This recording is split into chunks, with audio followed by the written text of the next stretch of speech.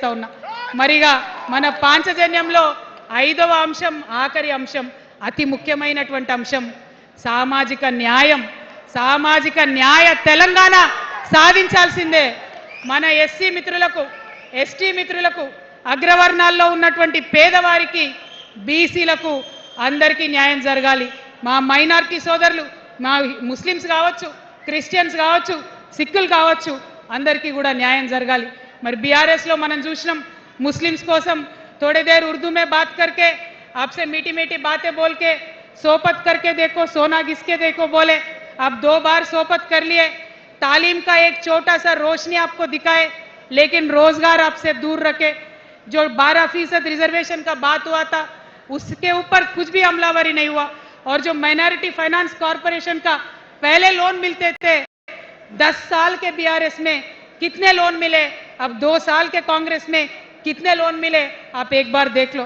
सारे लोग बस बातें ही बोल रहे हैं लेकिन काम कोई नहीं कर रहा है.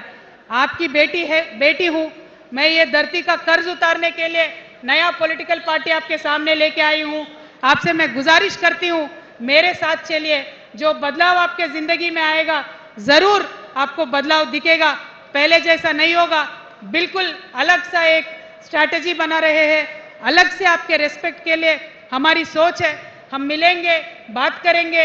सबसे ज़्यादा हमारी माइनॉरिटी भाई बहनों की सेफ्टी के लिए, सिक्योरिटी के लिए, रेस्पेक्ट के लिए मेरा प्रायोरिटी होगा.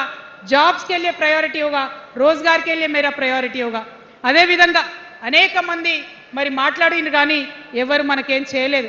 బీసీలకు సంబంధించి 50% రిజర్వేషన్ ఎమ్మెల్యేలలో, ఎంపీలలో వచ్చేంత వరకు కూడా కొట్లాడతామని కూడా ఈ సందర్భంగా తెలియజేస్తా ఉన్నాను.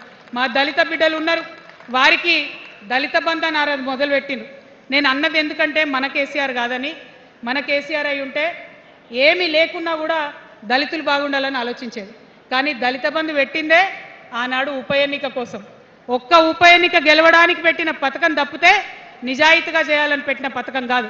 అందుకే ఆ నియోజకవర్గంలో కూడా ఇంతవరకు సంపూర్ణంగా దళిత బంధు రాలేదు. రేపటి తెలంగాణలో, రేపటి టీఆర్ఎస్ పరిపాలనలో ఖచ్చితంగా దళితులకు పెద్దపీట వేస్తాం, న్యాయం చేస్తాం. ఇప్పుడున్నటువంటి రాజకీయ అవకాశాల కన్నా మంచి అవకాశాలు ఇస్తాం. మా ఎస్టీ సోదరులు ఉన్నారు, మా లంబాడాలు ఉన్నారు, ఆదివాసీలు ఉన్నారు. వారిని ప్రత్యేకంగా పేరు పేరున సపరేట్గా కార్పొరేషన్స్ పెడతాం. ప్రతి ఆదివాసీ బిడ్డకు ఫైనాన్స్ అందేటట్టు చేస్తాం, గౌరవం అందేటట్టు చేస్తాం. మన